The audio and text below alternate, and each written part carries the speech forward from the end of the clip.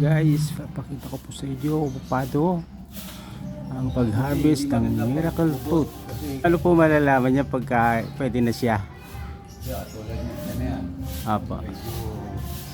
Patigas na ang tunog. Ay, ganun. Parang bukod eh. Oo. Ganda, no? Ang daming bunga.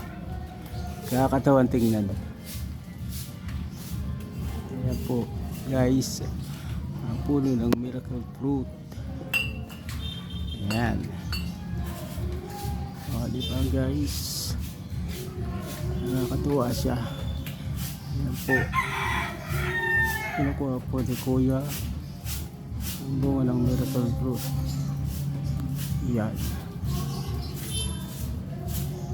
Guys, nakakuha na po si Kuya ng isa. Yes. Ayan.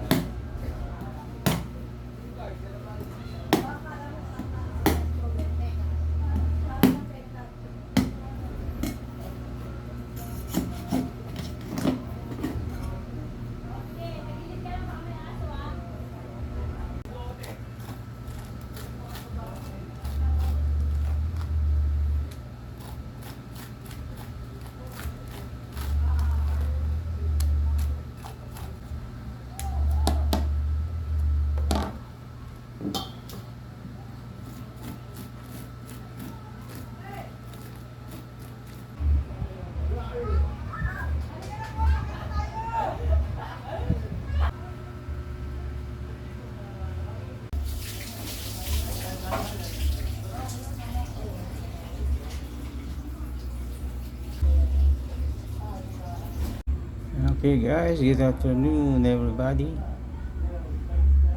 Ayan na nga po, atin na pong isinalang ang ating miracle fruit. Sulukuyan na po siyang kumukulo guys. Ayan po. Yan. Oh. Mamaya po pagka naging violet na po siya,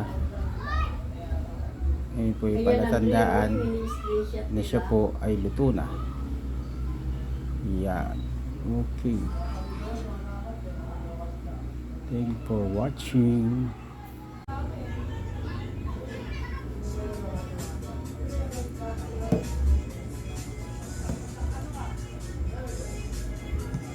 Yan po guys.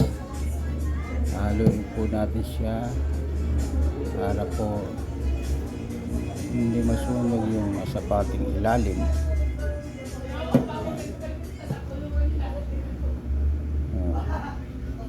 Yung kulay violet na po siya guys. Para tandaan po yan na malapit na siyang maluto.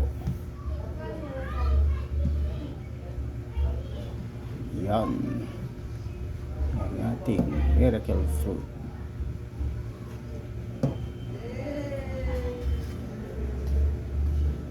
Ginagawa po namin itong food supplement ng aking asawa, meron din sa aking mga anak. Mabisa daw po itong pangontra sa sakit na diabetes at marami pang iba. Okay guys, thank you for watching. Hello guys, good afternoon everyone. Luto na po ang ating miracle fruit. Yan guys. Diba? Oh, kulay violet na po siya guys. Yan po ang palatandaan na luto na po sa ating miracle fruit.